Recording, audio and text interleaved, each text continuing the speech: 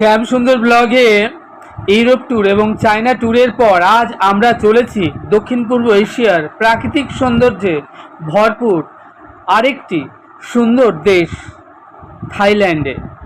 ভারতীয় পর্যটকদের কাছে এটি অন্যতম সেরা পর্যটনের দ্বীপ রাষ্ট্র থাইল্যান্ড।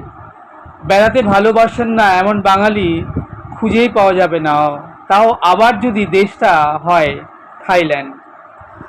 কলকাতা নেতাজি সুভাষচন্দ্র বোস আন্তর্জাতিক বিমানবন্দর থেকে রাত 12:45 7ই অক্টোবর আমরা ইন্ডিগো এয়ারলাইন্সে চড়ে রওনা হয়ে গেলাম থাইল্যান্ডের উদ্দেশ্যে। সময় লাগবে 2 ঘন্টা 30 মিনিটের মতো।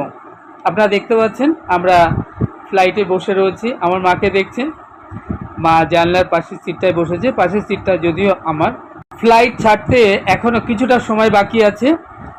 এই ফাঁকে আমি ইন্ডিগো এয়ারলাইন্সে সিটে বসে একটু মোবাইলে ভিডিওগ্রাফি করার চেষ্টা করছি। আমাকে দেখতে পাচ্ছেন, আমি শ্যাম সুন্দর।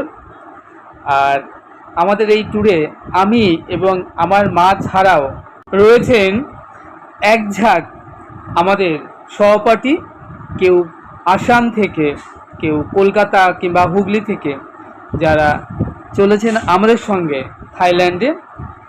এবারে আমরা চলেছি কলকাতার স্বনামধন্য ট্যুর কোম্পানি ভ্রমণ সঙ্গীর সাথে।